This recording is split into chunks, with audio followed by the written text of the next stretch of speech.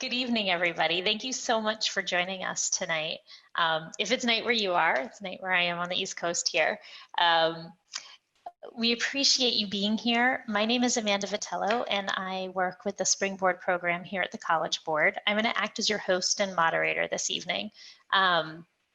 Just as you are joining, if you would take a moment and respond to our poll, that'll help us know who's here.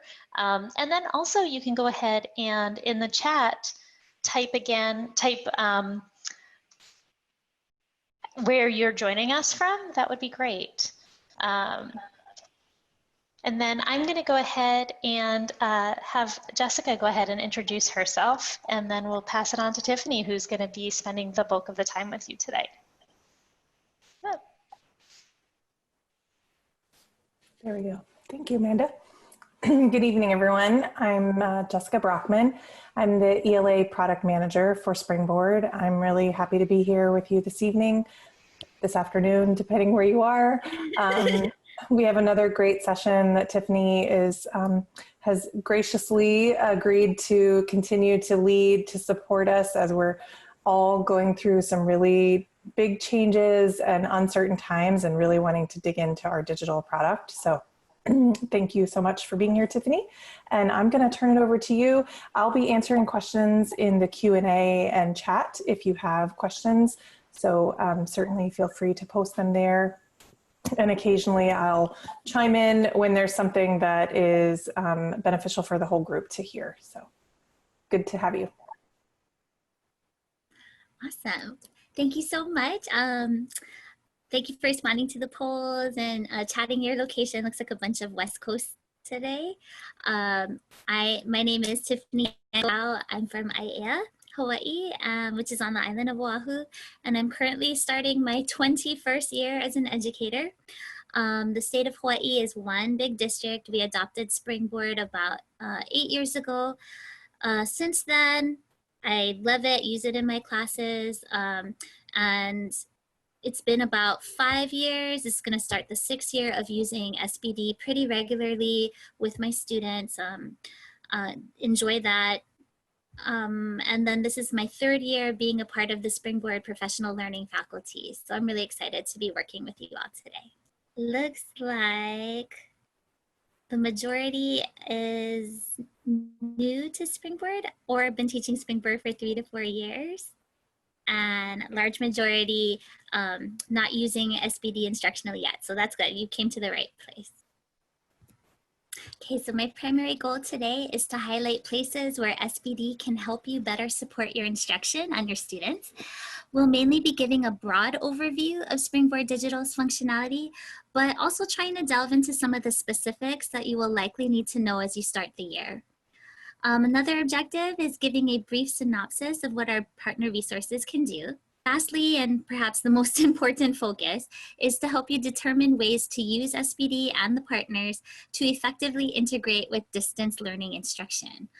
Above all, this platform offers possibilities and flexibility for whatever mode of instruction that your district is providing. So whatever it is, face-to-face, hybrid, or completely distant, you can definitely use SBD to support that.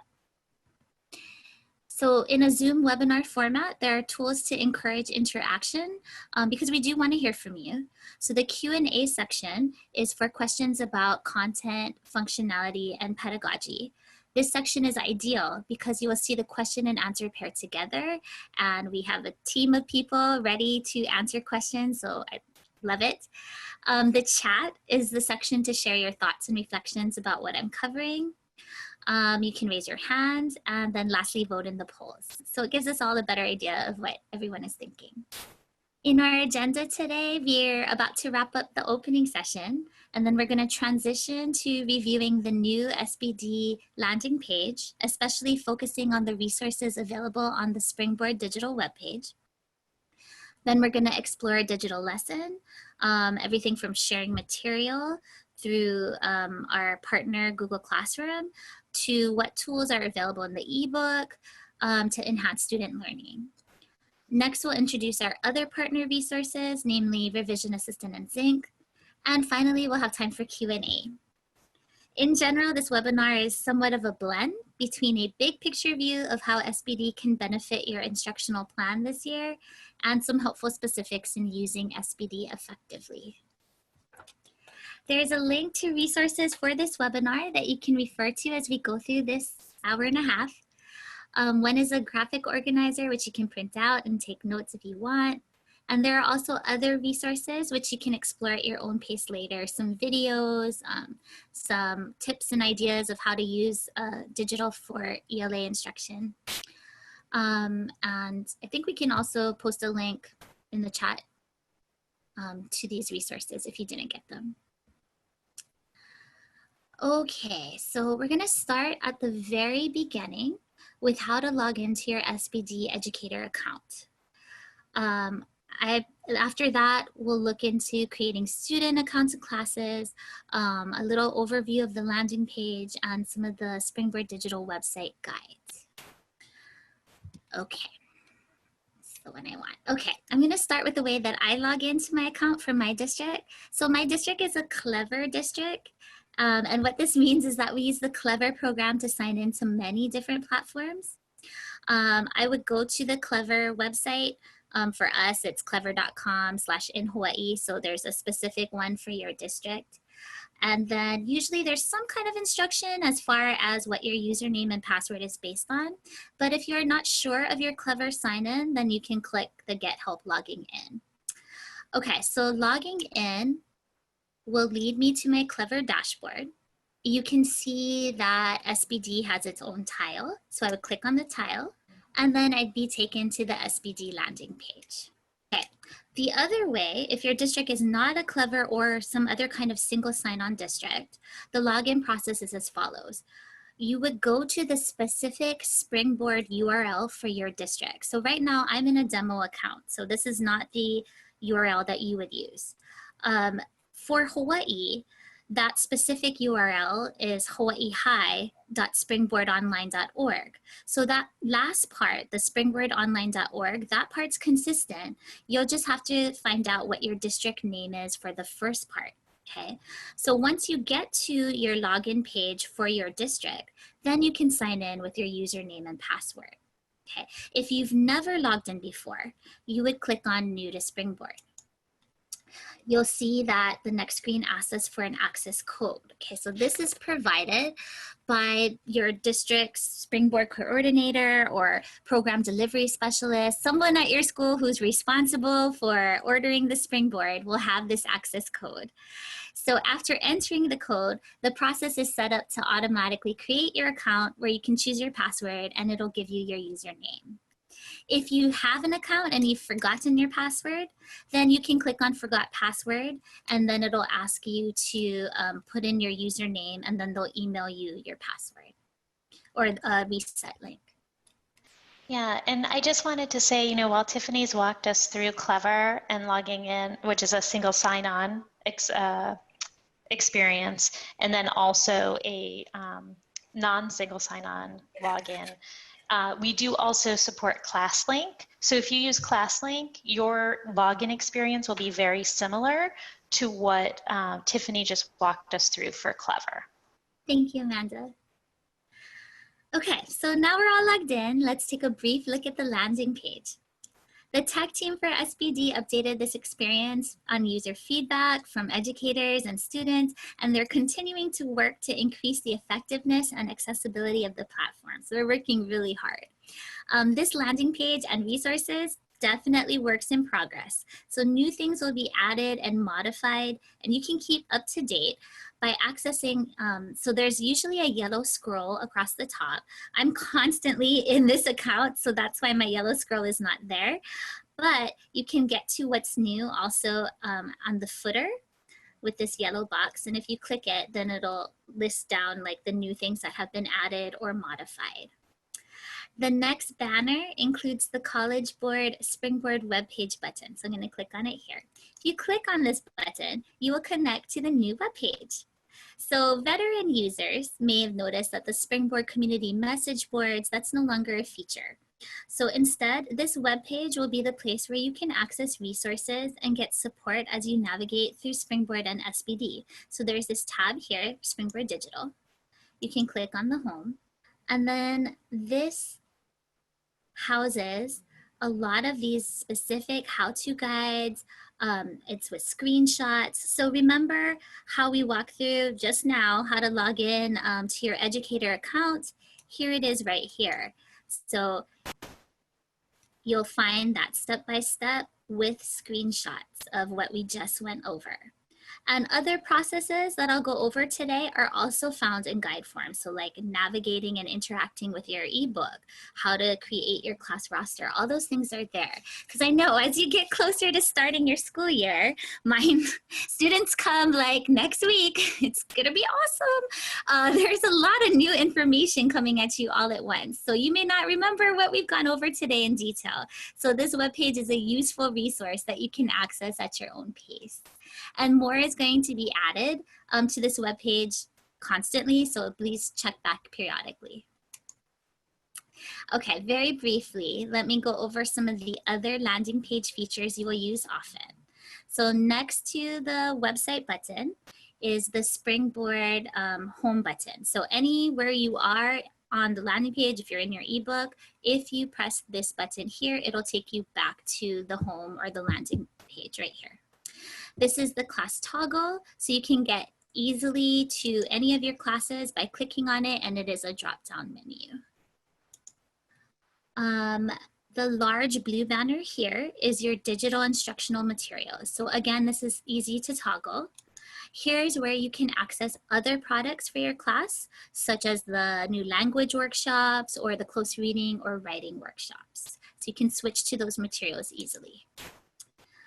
Okay, the skinny white banner is my favorite. So you can access any of these resources now with a simple click, no more filtering menus. The E button is for your digital teacher edition. So everything that is in your hard copy is in the digital version. And now the same goes for students as well. So if you're worried about, like if you're starting off in full distance mode and students are not going to be able to physically pick up their hard copy student editions, it's okay. They will have access to everything through their digital versions, okay? There's a quick link button that you can click and it'll take you to the last activity that you access specifically for that class. Okay, the teacher resources are organized alphabetically. So your teacher resources include asynchronous activities that you can download and post into your Google Classroom. In fact, actually, you can share it immediately. So let's say I wanted to share some of the foundational skills workshop. I can click and then share it immediately to Google Classroom, or a brand new feature, add to clipboard, which allows you to select and paste this link in any system you're using. So not necessarily Google Classroom, but you could do it even in an email that you send to your students. Other activities you can do, it's communication tools. So you can see there are family letters here that you can email to your students and their families. And then more resources like graphic organizers will continue to be added in the next few months. The assessments are also organized alphabetically. And every activity has an activity quiz now. So after you do an activity in your your ebook with your students, there is a corresponding multiple choice quiz. They're short, between 2 to 5 questions, and focus on reading standards. They're available in both print and digital form. I'll touch upon how to assign these through Google Classroom. So you can see when you click on it, same options available as the teacher resources. You can share it to Google Classroom immediately or copy a link to add anywhere that you're sending your students to look for their assignments. And once they do these assessments, then you'll be able to get information in the Progress Reports tab. So this allows you to analyze your student data on those assessments to best inform your instruction.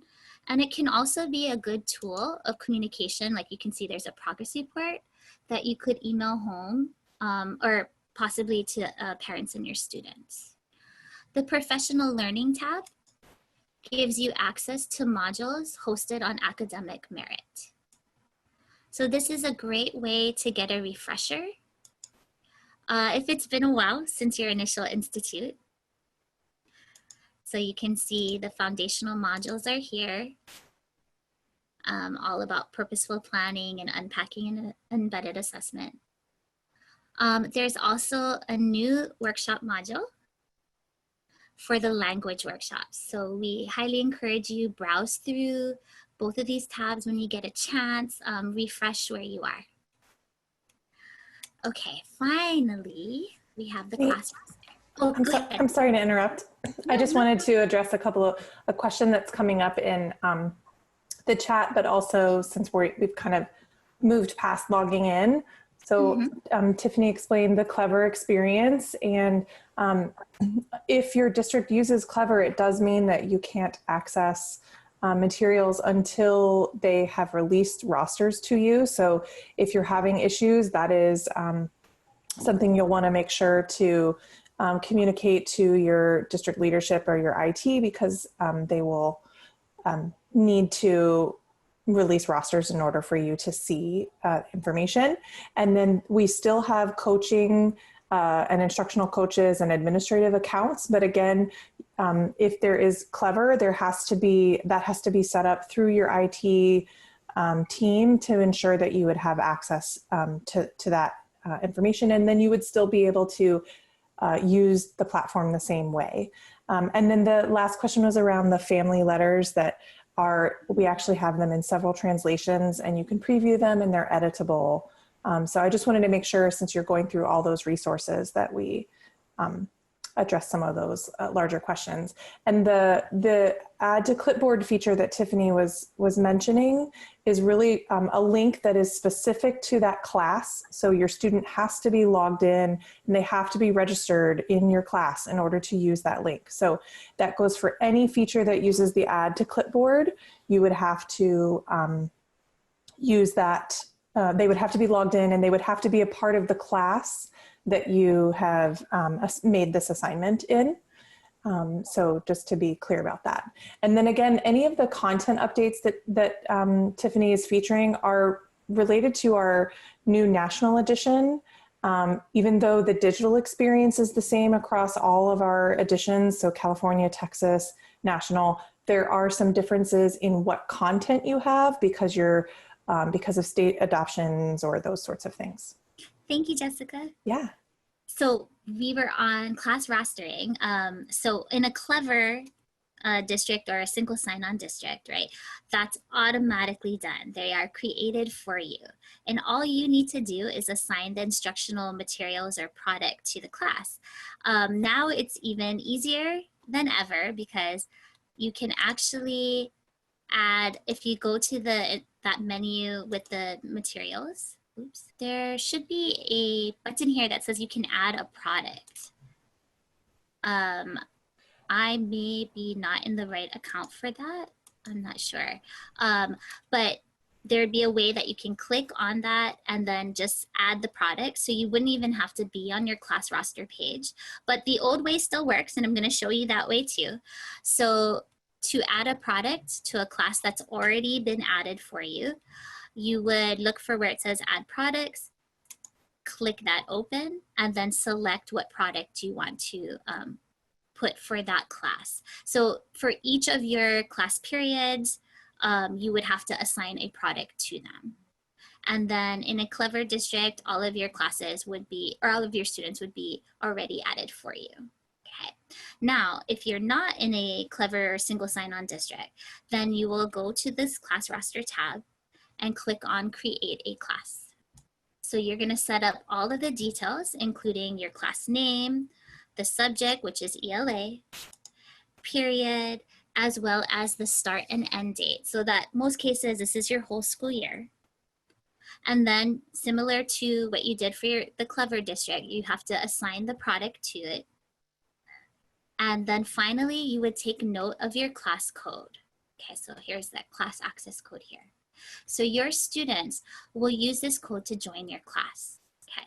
If they don't have a SpringBoard account yet, they would go to your district's URL. So whatever specific Springboard URL you have for your district, and they do the same process that you did to create an account.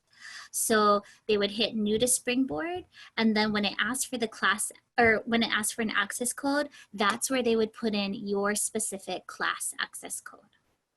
Okay, and then they would be automatically added to your class. If they already have a Springboard account because they used it the previous year, they would log in, and then on the drop-down menu, they could click on join a class, and then they would enter your class code. So again, these instructions are on that Springboard digital webpage, that how to create and manage your class roster. At the bottom of the page are our links to our partners, which I'll talk more about a little later in this webinar. Okay, so that is the landing page in a nutshell, and some of the basics of logging in and creating classes. So you can respond to this poll and let me know what feature you're excited to explore further. Modified lesson. Awesome. Okay, so definitely people are excited to explore their teacher resources, assessments, and progress reports. That'll take you some time, so definitely spend time there. Posting modified lessons, I think I saw that in the chat. How to assign modified lessons.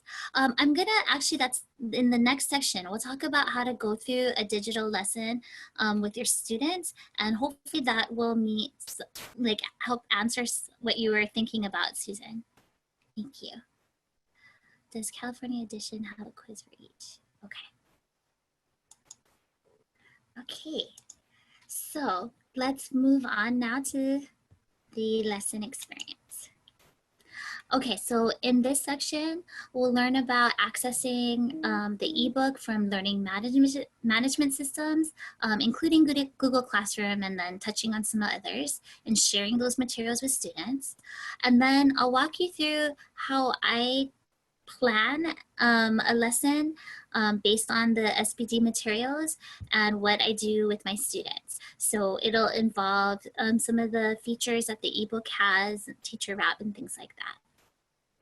Okay, so we're definitely going to be with our students in some way in a few short weeks, maybe even less, like next week. How do you start to prepare?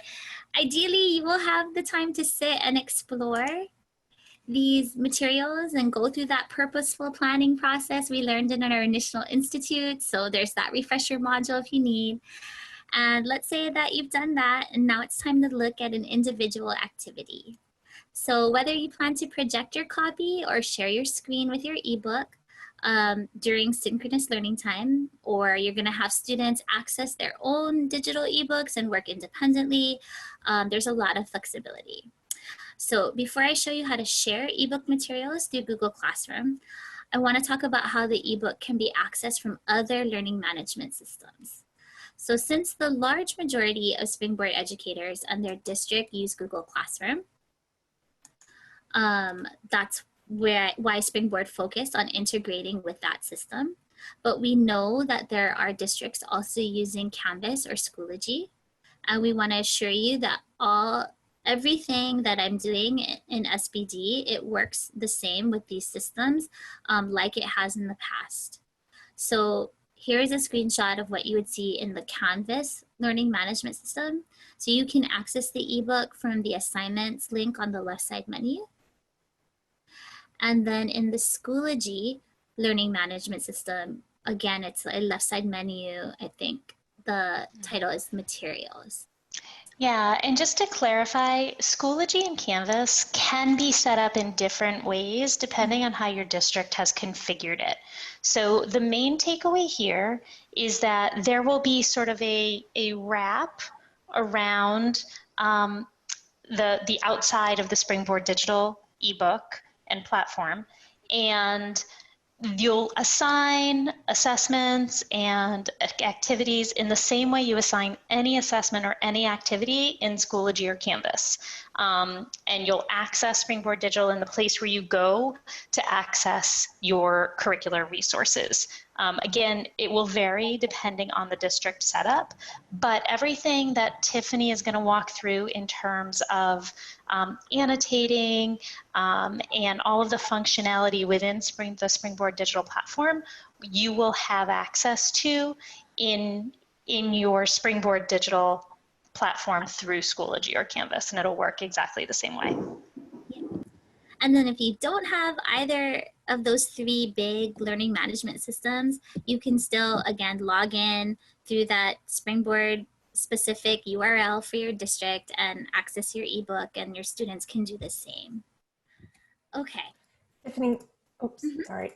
Go I ahead. just wanted to just clarify, because this becomes a big question, between the difference between Clever and Canvas and Schoology and Google Classroom and all these things we keep naming. So Canvas and ClassLink are just for rostering. So what that means is that if your district uses those systems, that your students don't have to go in and register and create an account and join your class. What it means is that your district populates all your rosters and everybody already appears on your class list, and you don't manage. Jessica, yes. I'm sorry, I think you just misspoke. You said Canvas and ClassLink. I'm sorry, Clever. Yes, I did. And I just wanted to clarify that because of all of the C's. Yes, yes, thank you. Absolutely. Clever and ClassLink manage your rosters. So if you use Clever, as Tiffany showed, that's how you have to access Springboard Digital, but it's not actually, it doesn't have anything to do with assigning or managing or grading or any of the work students do. It's only for creating accounts. If you're a self-registration district, that means you would have to give them that access code, as Tiffany was showing. They would have to go create an account, and they would join your class, and you would manually manage all of that. Canvas, Schoology, and Google Classroom are learning management systems where you assign work, you can grade work, and you manage all of the content that you want students to complete in your class.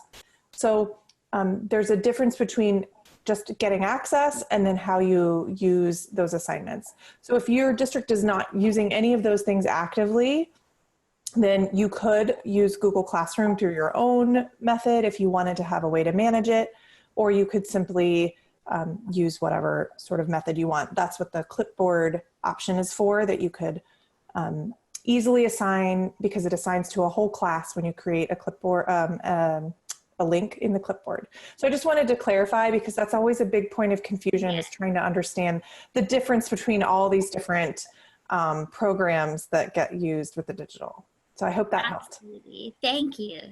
Thank you both.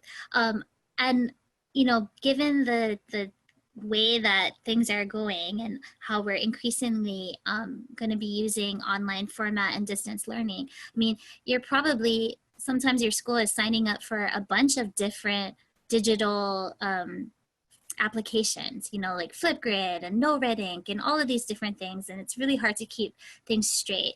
So hopefully with the increased integration with learning management systems and then this copy to clipboard feature, it just makes things a little bit easier for you. If you can just get, okay, this is where I log in, and then this is where students get their assignments. And hopefully, you know, if you can keep those two big things in mind, at least that's, you know, like the basic foundation.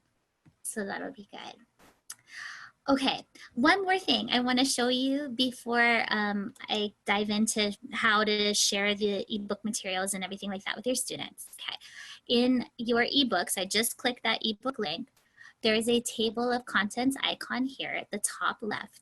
You would click on that, and then you'll see that there's a PDF version of the book right here. So this is your teacher edition, PDF version of your Springboard book. The student edition is to come very soon, I think possibly tomorrow. So, you know, if all else fails, you can always download the PDF and try to, you know, like share out the materials that way. But so this is available for you. Okay, so let's say I'm ready. I want to share Unit 1, Activity 1.4. Okay, so I would navigate to that. And then the first thing I would do is to share these materials with the students. So I want it to be an easy link that they can access from Google Classroom, which is my school's learning management system. So over here in the top right-hand corner, you'll see that link, share to Google Classroom. So keep in mind, right, students will still need to log into their school Google account so they can access my classroom. And also they'll need to log into their SBD accounts as well. Okay, so after I click it, then you can see a pop-up opened. Just verifying we can all see that pop-up, correct? Yes, ma'am. Okay, yay. All right, so when you share materials, you can choose what you want to share. So in most cases, you'll probably post the complete activity, especially if you want students to complete everything. And especially, you know, if it's independent, they're asynchronous away from you, then if you just share the complete activity, then they have access to all the parts of it. However, there may be times when you just want to post a certain part of the activity, like the check your understanding or something like that as an exit pass. So you're able to choose that as well. Okay, so I'm going to choose everything and then hit next. Now it tells, go ahead. Sorry, I'm so sorry. No, I just wanted to point this out because that was one of the questions also, is about how do you, if you don't want to use a whole lesson or you want to give parts and pieces, this is how that is possible, that you are selecting parts of the lesson. It's not as granular as every single question or every single item, but it is based on the chunks of the sections of each lesson. So making observations might have 2 questions. It would be both of the questions in that section that's labeled. So that's a way that you can customize what you have students completing. Awesome. Yeah, and so like if you are just doing a section, it'll go directly to that section. So I thought that was really great, because then, you know, students are like, oh, okay, this is what I have to do as my exit pass or something like that. So after you click what you want to share, then you're choosing what class you want to share it to. And then you need to say what kind of post you'd like to make in your Google Classroom. So those of you who are familiar with Google Classroom knows there are various ways you can share information. So if you're just sharing the activity materials and you are not interested in posting a deadline or having a point value associated, then you're probably going to choose make an announcement or create material. Okay, so I'm going to choose make an announcement, and now it'll let me type a message to the class.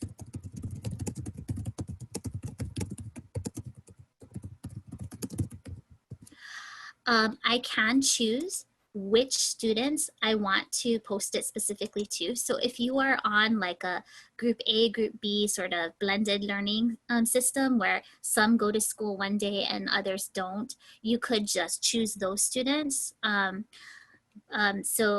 then here's the link for the materials. And then you could press post. And then just to be sure, you can view it. And you'll see here's my message here.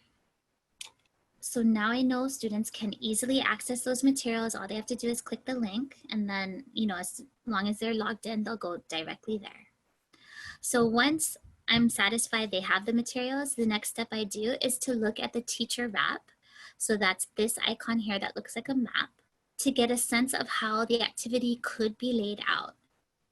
So remember, modification is the name of the game here. We're going to all have to modify to this new school year and how we're going to instruct this school year. So your situation, your students, that's unique to you. So you can edit the teacher wrap for whatever modifications you need to make. So you could click edit on, and then depending on whatever section, click the edit. It'll keep the original, but also track your revision, and then turn the edit off when you're done. So the wrap suggests that I should start with the learning targets and then the opening writing prompt. And I usually do have some type of bell work or bell ringer for students to do as we get settled at the start of class. Obviously, it might be a little bit different when we have the virtual meet, but you'll still have that time period at the beginning where you're waiting for students to log in. So a bell work prompt can be very helpful there. So I'm gonna add a sticky note. Okay, this is one of the tools that I have. So right here with the opening writing prompt, I'm gonna select something and you'll see my annotation tools pop up.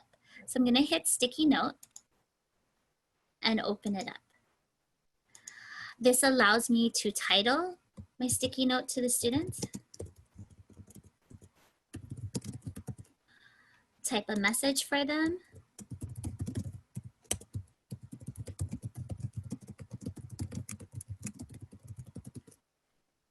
and then I can save it. So students could see that in a synchronous meet if you're sharing your screen in Zoom like I'm doing right now, or you could share your screen in Google Meet. And then they would see it logging into their own SBD ebooks because I had put it in my classroom or my class copy. Okay, so now this functionality is still being worked on. It worked well in the previous edition, so I know that they're going to be adding it. They know it's a priority, and it should be available very soon, where students would be able to asynchronously, away from you, log into their ebooks and then see this sticky note. Okay, next I'm going to unpack my learning targets. So they're up here. And I can use the annotation tools again. So I would select what I want to unpack, and you can see I have circle, underline, and then the metacognitive markers, which is a tried and true SpringBoard strategy. So the question mark, exclamation point, and then the asterisk.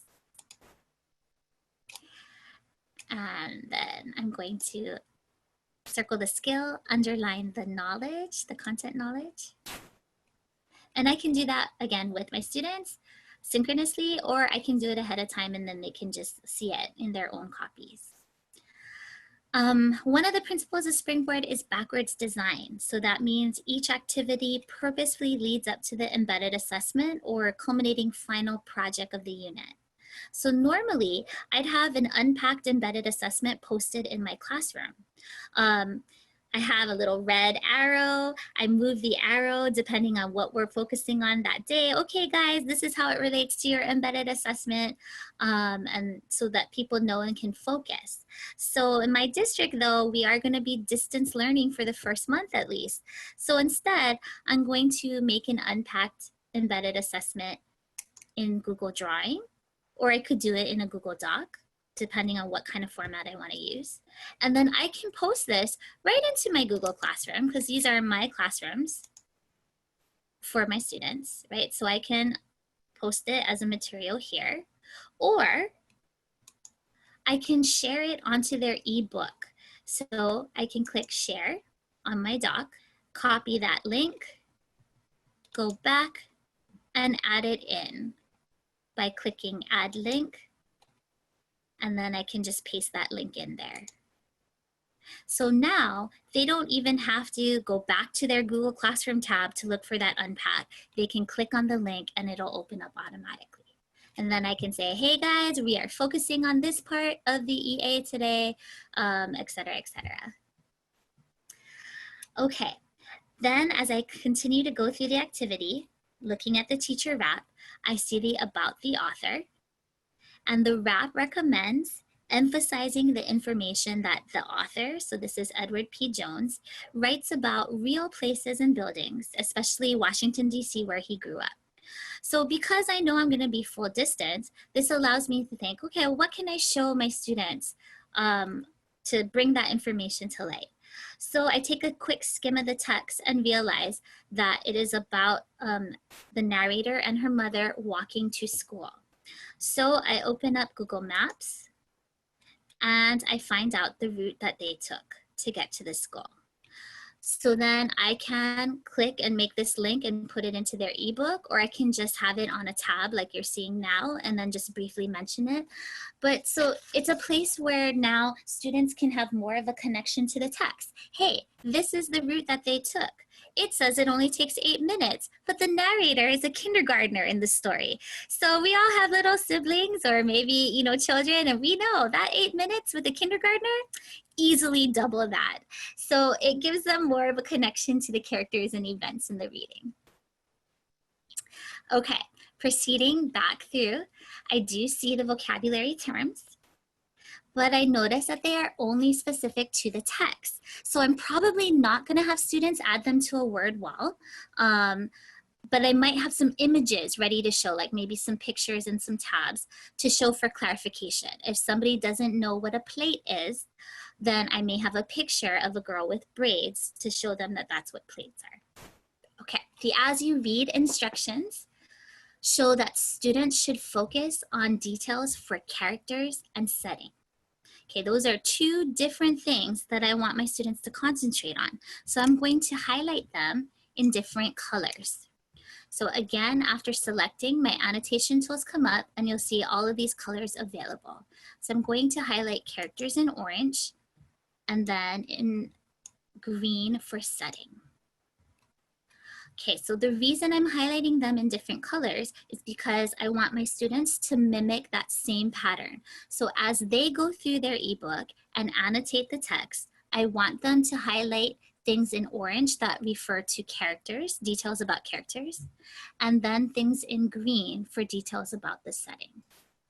Tiffany, I just want to point out, as you're talking about annotation tools, Sure. These are actually things where the development team is actively working on. So you're going to see them improve and change and adjust a little bit over the next few weeks. The sticky note functionality is going to improve. We're going to see some changes like that little person that's next to her highlighting. That's going to go away because that was feedback that we had that it wasn't, people didn't like that. So there are some, you're gonna definitely see changes. So this is the way everything is functioning right now, but because it's digital and we respond to feedback, it's important to kind of check in and make sure you're using it and practicing, because there will be things that change over time, but it's always with the intent of improving the experience to make it better for students and better for teachers. So I just wanted to make sure that everybody knows that all of the annotation tools are actively being worked on right now.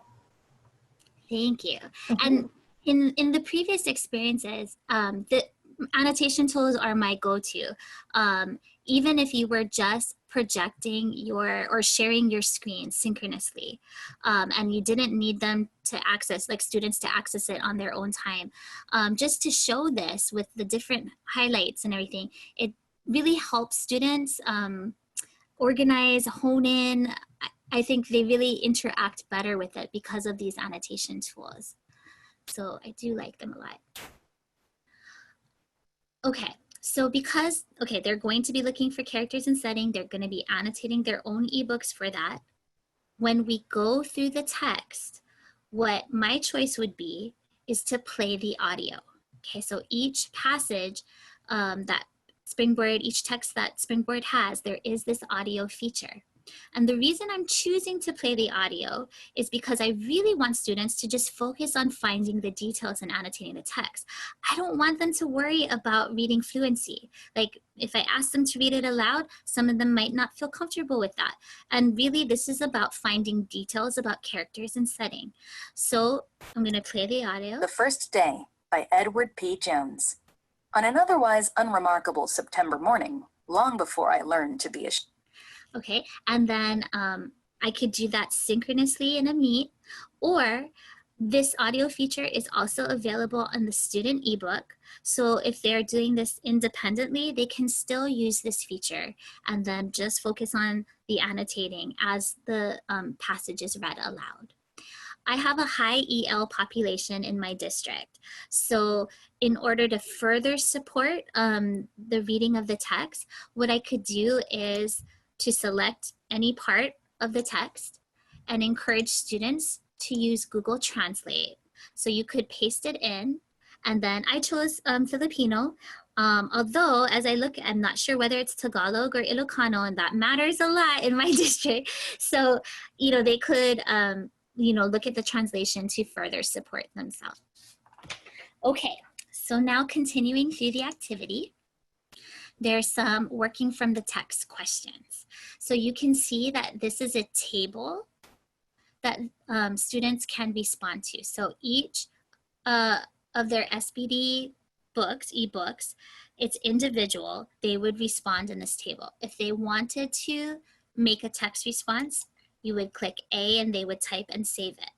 And then later, you would see their ebook by clicking on this last icon here. And you can see I'm on the class copy. So anything that I put, ideally students would be able to see on their own books. And then over here are my students. So I'm a big Harry Potter fan. So, you know, I could click and then see their book as well. Okay. Tiffany, I also wanted to clarify, because there have been questions about the Google Classroom experience. Yes. Can you speak a little bit to what that looks like in terms of accessing what your students have done when they've submitted something? Or yes, absolutely. Thanks. Yes, that is actually going to be coming up when I talk about assigning things. So if they can hold off just a tiny bit. Perfect. No, thank you. I appreciate it. Yeah, of course, of course. Okay, so let's say, so right here, right, I was explaining that, hey, this is an individual table that each student would fill out. But let's say you wanted to do something more collaborative. You want them to be in small groups. Now, if we were face-to-face without the worry about a virus, of course, I would have people in small groups. They'd have their hard copy editions with them maybe, or they could still even be with their Chromebooks on their ebook, but they would be together and then filling things out together. Now we can't do that, whether we're face-to-face or not. So this is where something, I think what Susan had mentioned about like making a Google Doc, she would like put questions on a Google Doc. I do something similar sometimes. So sometimes I'll pull out something like this table and I'll create a Google Doc of it. So this is all working from the text organizer things. And the reason I'd pull it out and make it a doc rather than just assigning it through Google Classroom is because I want it to be collaborative. So 4 people, because I have it broken down into 4 chunks, would be working on the same document. Okay, they would be answering, you know, and filling out and looking through the text and putting in their answer on the same document. Okay, so that's why, that's one of the choices I would make if I wanted to facilitate collaboration, is to pull it out and make a doc of it. Okay, now similarly with that unpacked embedded assessment, I could either just assign that organizer on Google Classroom myself, or I could make a copy or copy the link and then put it into their ebook. So by clicking the link, add link, and then I would put it in there. So they can access it directly from their ebook or from Google Classroom. Okay, so now I'm at language and writer's craft. And oh boy, this is a trouble spot for many of my students. I teach freshmen. So I'm gonna highlight the example sentence, probably using a different color, and likely I have made the decision, the choice to say, okay, this one I cannot just assign on its own. This one has to be taught synchronously. On a Google Meet or on a Zoom, I want to go over this together. And maybe I'm going to use my whiteboard feature and I'm going to, you know, have people add into that whiteboard.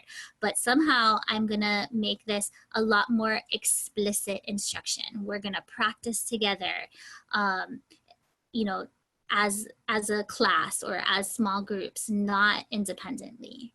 Okay, so I can make that choice to do that. And then in the teacher resources section, I can choose to further have students practice. You'll see there's grammar activities. So I can also share this to Google Classroom or copy and paste the link from the clipboard so that my students could get more practice with that grammar activity. Okay, let me get back to. Okay, and then finally, we are at the check your understanding. Okay, and so this is going to be my exit pass. So this is leading me to assigning a section of the ebook. So the process works the same. I'd pick share to Google Classroom. The pop-up would open, And this time I'm just gonna pick check your understanding and hit next. I'm gonna select my class. And this time I'm going to say create an assignment. Okay, so now in this mode, again, you can choose which students you're assigning it to.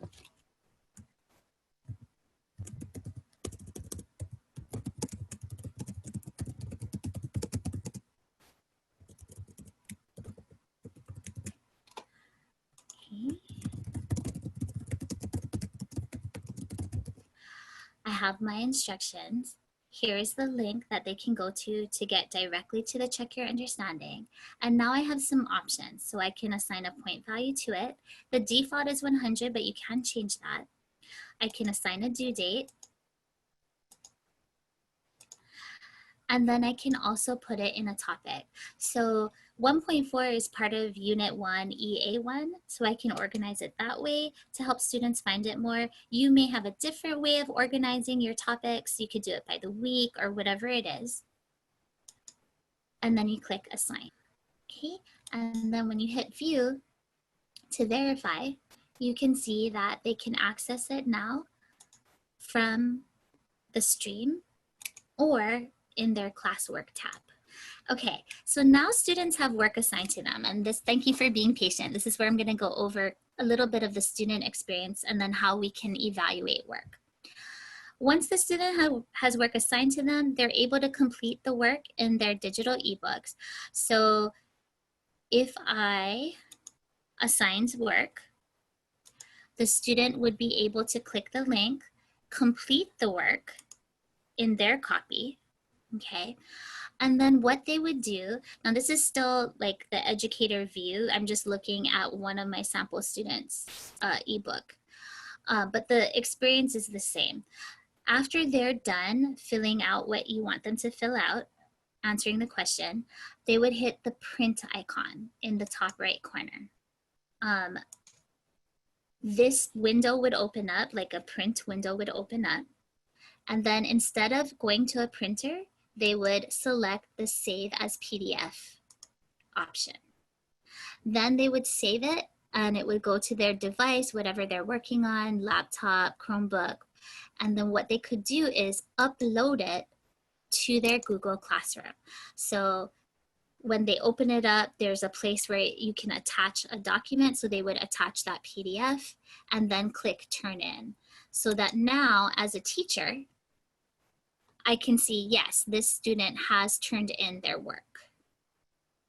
Now to grade it, I would click on the student.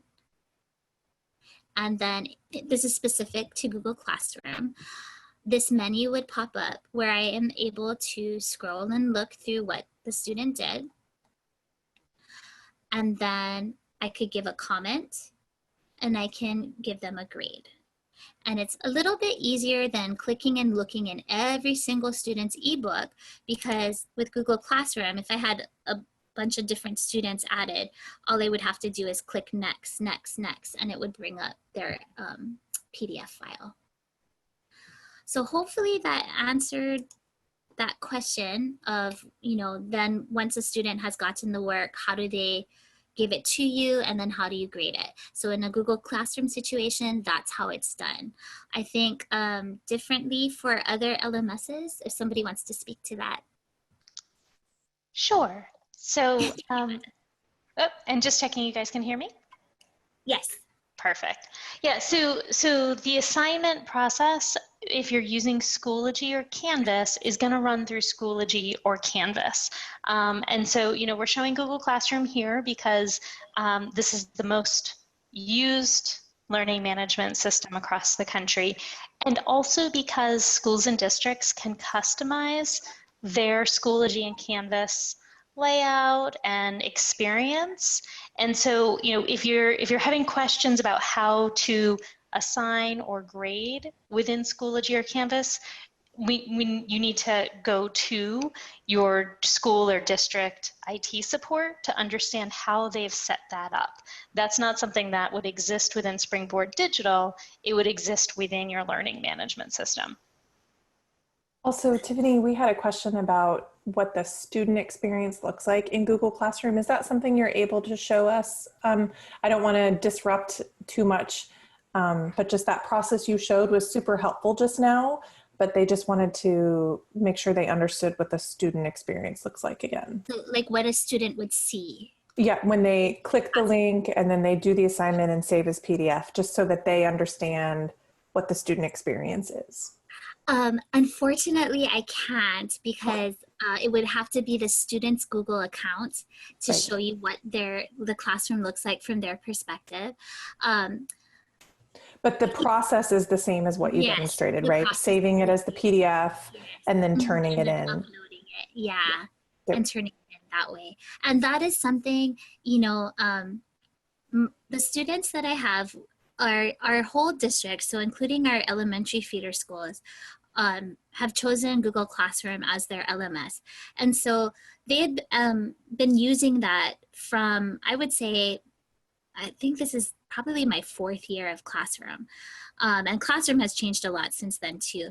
But they get a little bit more used to it, so I'm happy about that. But that is something to explicitly go over if it's brand new to your students, or even if it's only like a few years that they've had to do it. Definitely show them how to log in, show them how to access their work. Things I would go over, like what will you put on the stream? Is it just going to be class announcements and then all of the work is going to be in classwork?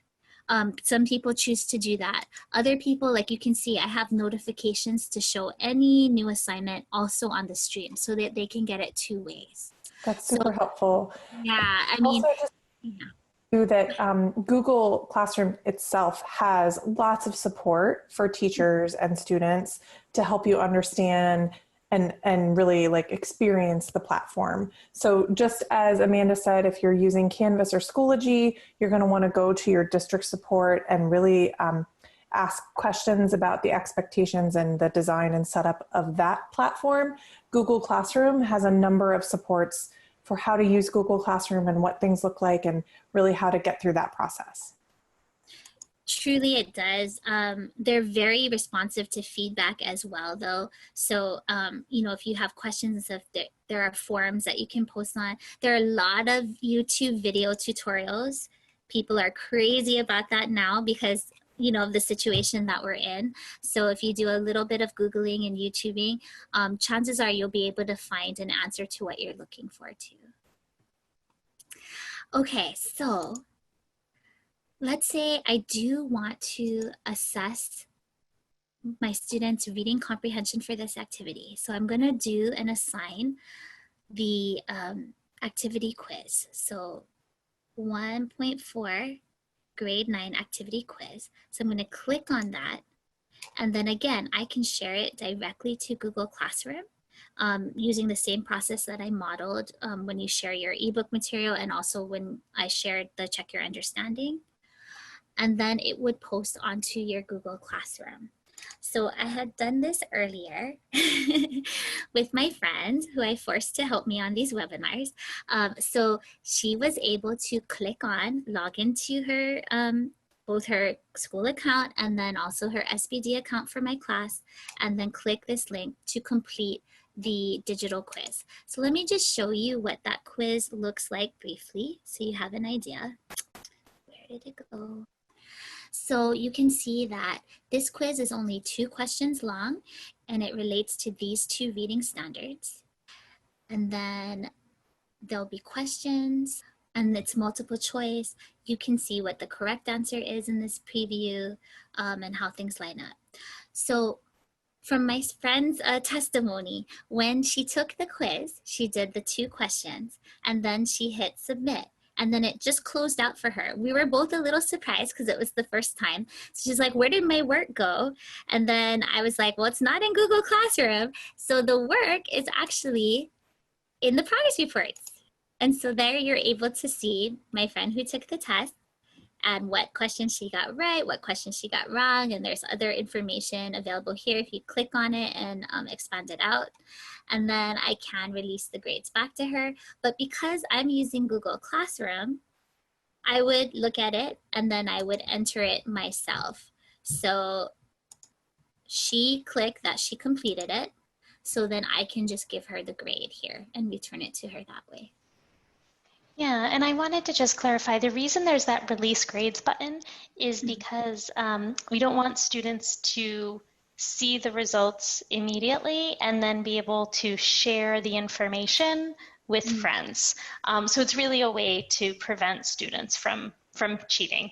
And so it allows you to control when your students have all completed their assessment or their quiz, then you can release the grades. Now, if you're using Schoology or Canvas, you do not need to click that release grades button. That will be handled through the LMS. Thank you, Amanda. Okay, so similarly, when you're assigning, right, you had that copy to clipboard feature. So again, if you're not using Classroom or Schoology, Canvas, whatever it is that you're using, you can always use that copy to clipboard. Okay, so the last thing I wanted to go back over, because I did it very quickly, is this icon here again to look at different copies. Where I was the class copy.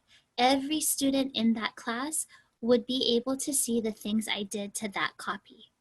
Way long ago, when I first started using SPD, I did everything on my teacher copy. And so this is like your own edition. And then I would have to undo everything before the next period started so I could go over it all again. It was this frantic, chaotic time. And I was so happy when somebody was like, hello, you have class copies. And so just to let you know, you can make it for each period or each class that you have. You can have your own like sticky notes and things for each class. So I hope you enjoyed that little digital learning experience.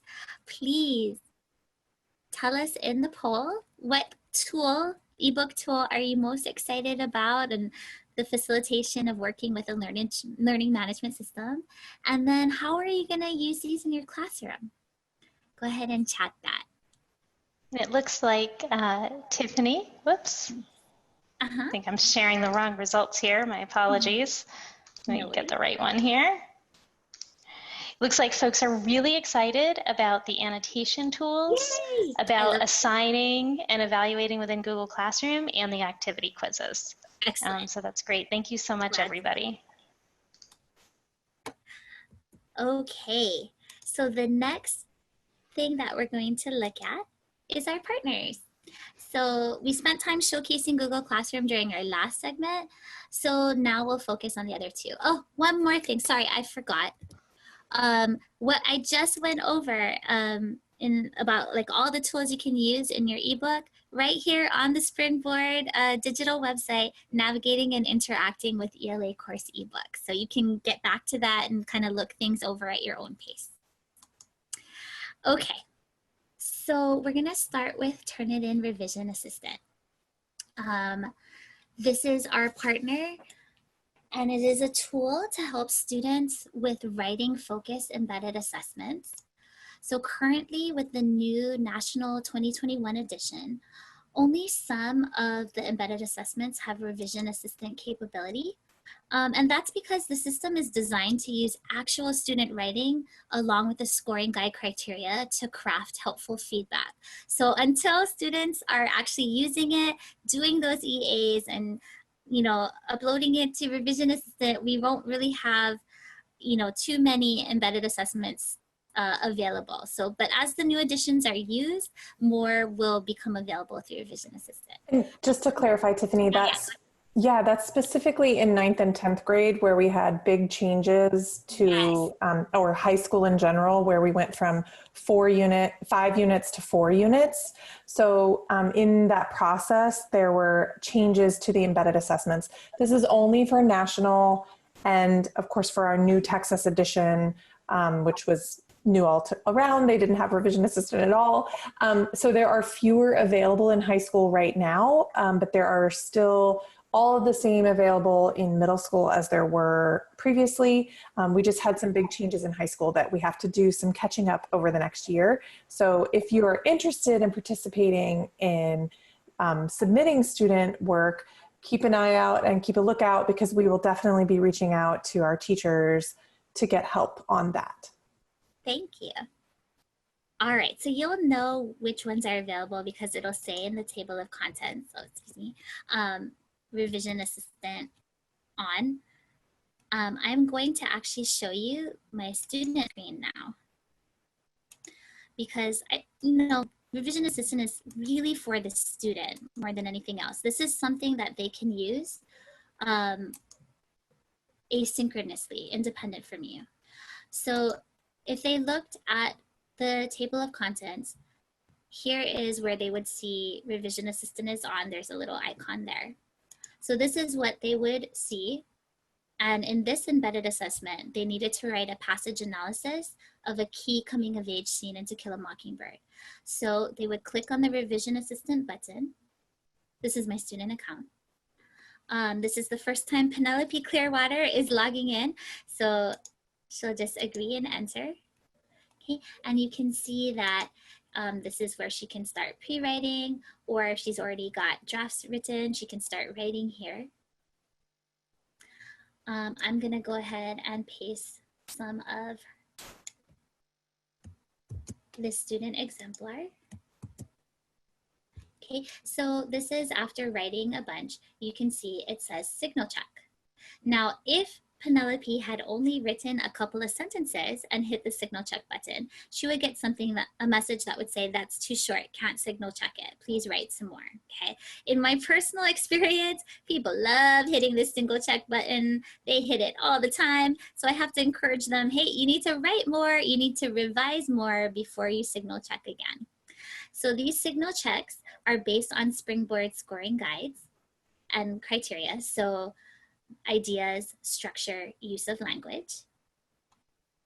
And then feedback is given to the student in these 3 areas.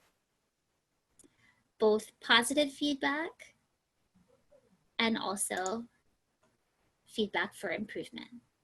So now a student who would maybe be doing a work day face-to-face in my class usually, and then I would be, kind of going over, walking around, helping people out.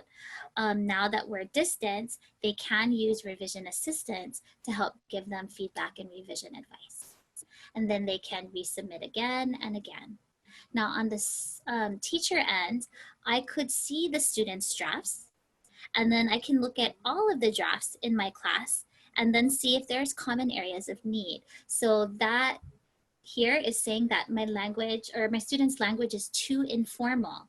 So maybe that's the case for many of my students in that period. So I'm gonna do a little mini lesson on formal writing and formal style. And maybe I have to record that lesson and post it onto my Google Classroom for them to look at independently, or maybe I'll have a Google Meet and we can go over the lesson right then and there.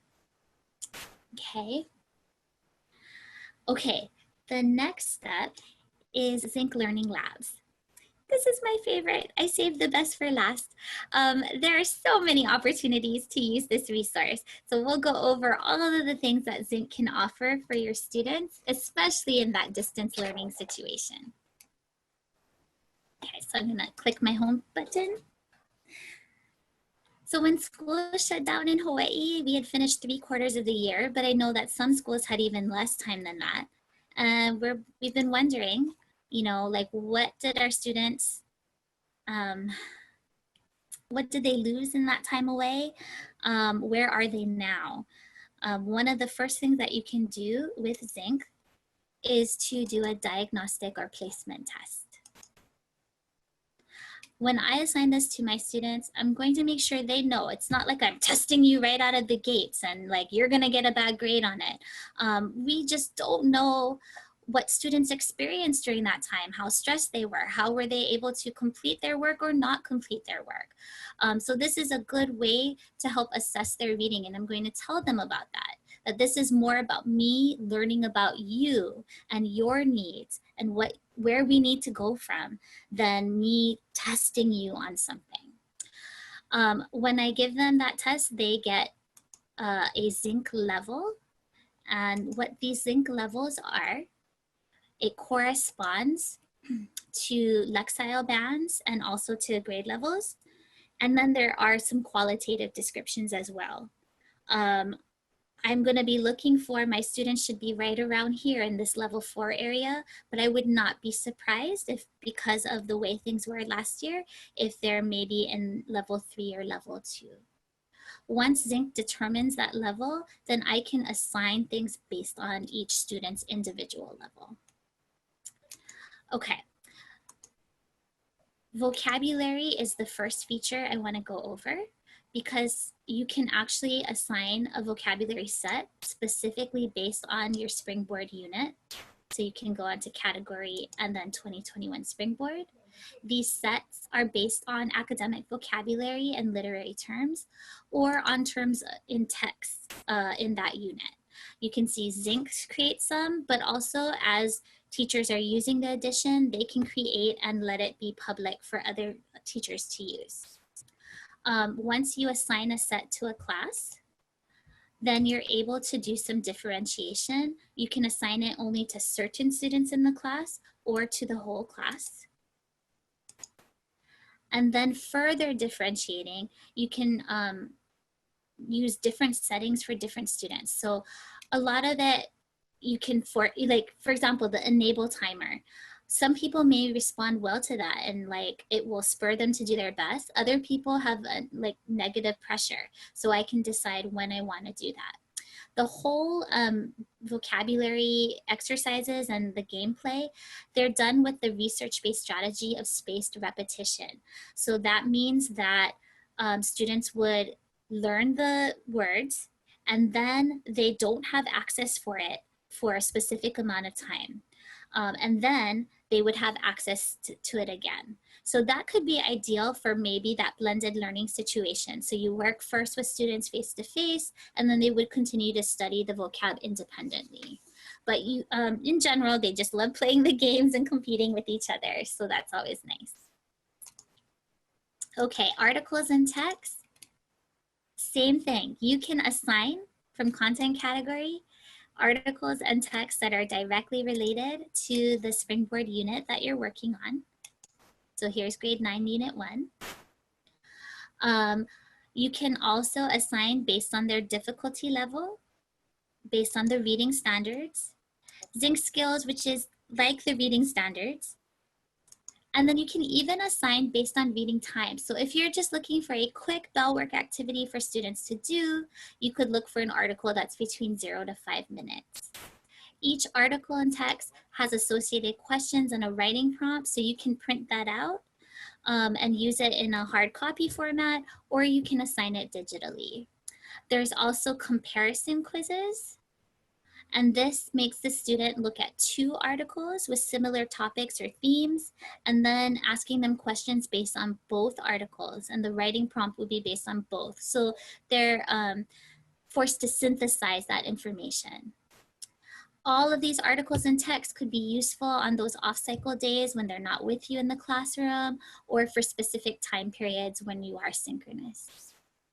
Okay, close reading practice, one of my favorites. This is still in beta testing, which means Zinc is still working on it to make the feature as effective as possible.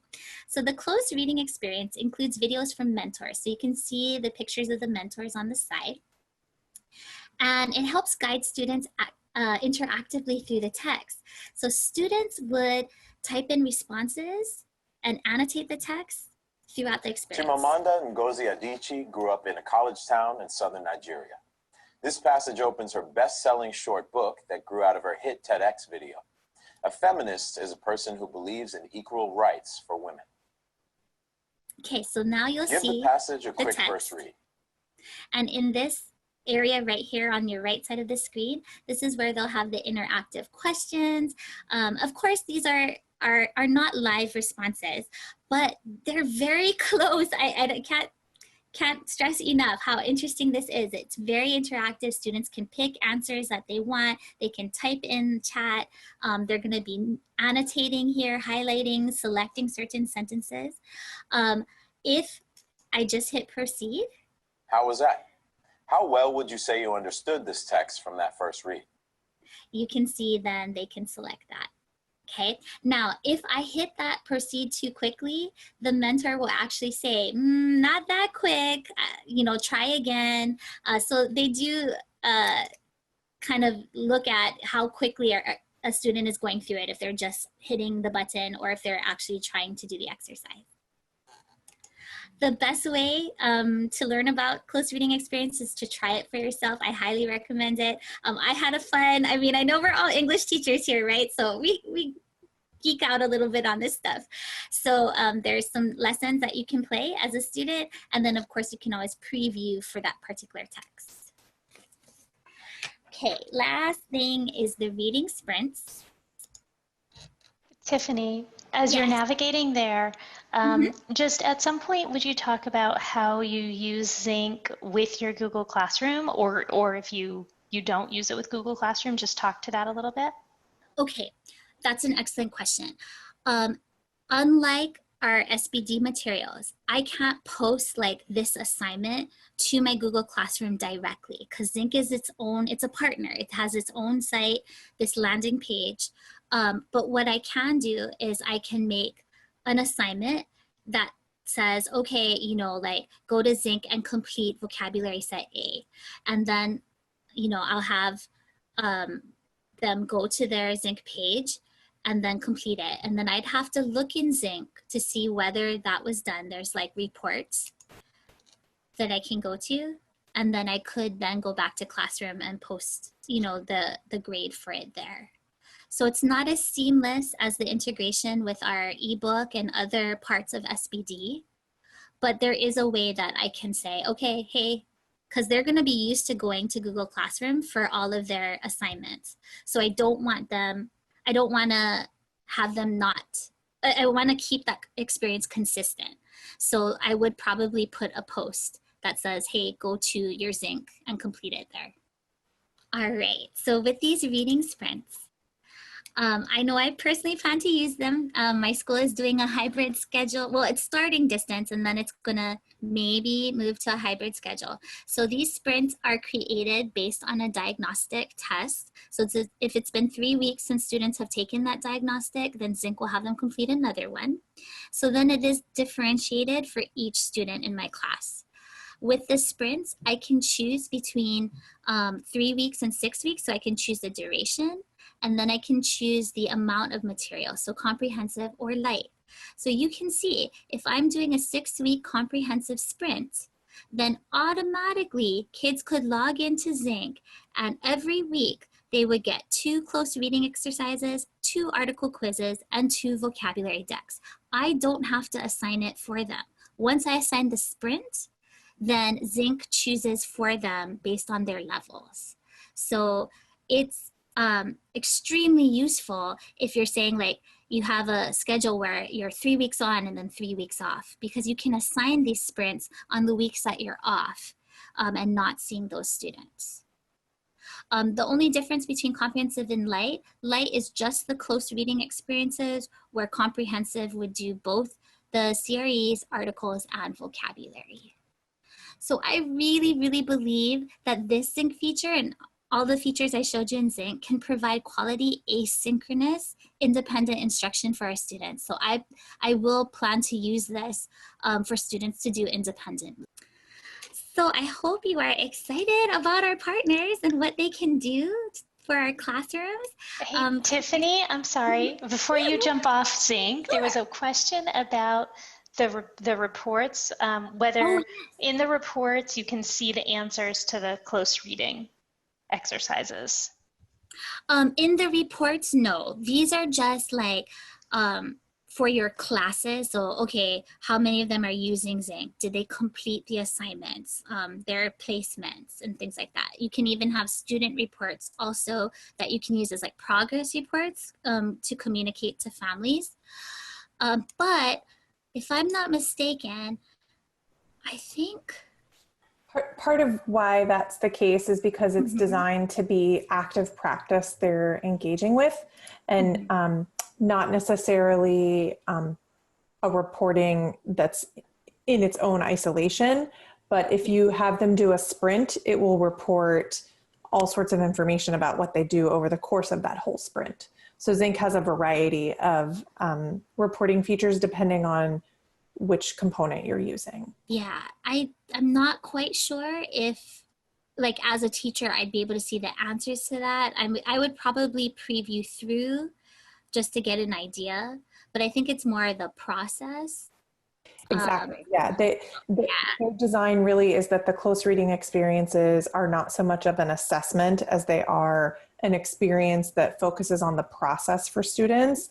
Although I do see definitely the interest and value to see how they're choosing to answer, because it might identify some of their thinking and what they're doing.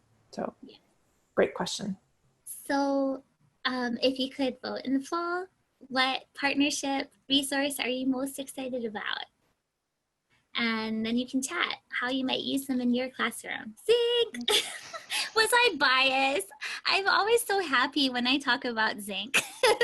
But really, I think in this time period of distance learning and that they're not going to be with us synchronously, Zinc is an excellent way to keep up that rich instruction. So now we do have some time for questions. Oh, gracious, not a lot of time, but so I know. A question in the chat about Zinc reminding students to work on their sprints, and unfortunately, that's not a functionality that Zinc has right now. But I definitely you can utilize, if you're using Google Classroom or other features, you can set it up so they're getting a reminder. The other great thing about Zinc is that spaced repetition with the vocabulary games that they have to do with some frequency. I know that was a popular, I used it with my students quite a bit, but it takes time. It's up to 8 weeks to complete the full cycle. So as you're planning and thinking about that, it's really something to be sensitive to. If you're planning to use any component of that through the course of a 9 weeks, just making sure you plan accordingly, because it can take 6 to 8 weeks to complete it, depending, they have to be right on time of going as soon as that game opens up for them. Otherwise, it can take minimally 6 weeks and up to 8. So that's one of those lessons I learned the hard way. Me too, that's spaced repetition. But I did see now that you can select maybe not doing spaced repetition. I saw that on that setting. There's some new stuff. Zinc is doing some updates. We also, if you have used Newsela also, we don't have a partnership the way we do with Zinc, but they have created content that matches the themes and units in SpringBoard, and they're updating it for our new edition. So if you're a user of Newsela, that's something that you can also fold into having additional resources and content. And then also quill.org is working with Pre-AP, but they've also offered content for SpringBoard as part of our partnership. So you'll be hearing more of that. We'll be updating those things through SpringBoard Digital. So Tiffany's note about checking the what's new on your SpringBoard Digital when you log in is really important, because you'll get lots of great updates there, as well as that springboard.collegeboard.org site where the help and information exists. Absolutely. And Veronica, yes, the leaderboard, oh my goodness. So when students create their account, they can make a nickname for the leaderboard, and they can always change their nickname. There was some intense competition in my classes last year where like somebody was calling themselves the Queen of Zinc, and then somebody was like, no way. It was crazy. So yeah, they really do get a kick out of that. That's great. So we'll give just another few moments to see if there's any additional questions that are coming in. I do want to make sure that folks know that we do have a feedback survey to this webinar. I just put it into the chat. We really take your input very seriously because it helps us know how we can help you going forward. The other thing that I want to let you know is we are offering office hours every Tuesday and Thursday through October, and I'm going to put the registration link there, which you can get to at springboard.collegeboard.org. And you can join those office hours. It's really just an opportunity. You know, Tiffany did a really amazing walkthrough tonight, but you may go try this out and then realize, oh wait, I forgot how to do that one thing, and you're stuck. And so then you can just join the office hours. Again, we have them twice a week through October to help support you in using SpringBoard Digital. And finally, you will get a recording of this webinar that you can share, and we do have additional webinars that if this was helpful to you and you think some of your colleagues may benefit, feel free to let them know or share this recording. Okay, well, I'm not seeing any other questions. I want to thank all of our attendees, everyone who attended. I know in some places it's kind of late, but we really appreciate your time and your attention and all of the really fantastic questions. And I want to thank Jessica and Tiffany for walking us through all of this really fantastic information and sharing how you use SpringBoard Digital with your students. Thank you so much, the team, for answering all those questions. Yay. Thank you, Tiffany. It was great. It was great. Thank you so much. Thank you, everyone. Have a wonderful night. night. Have a great night.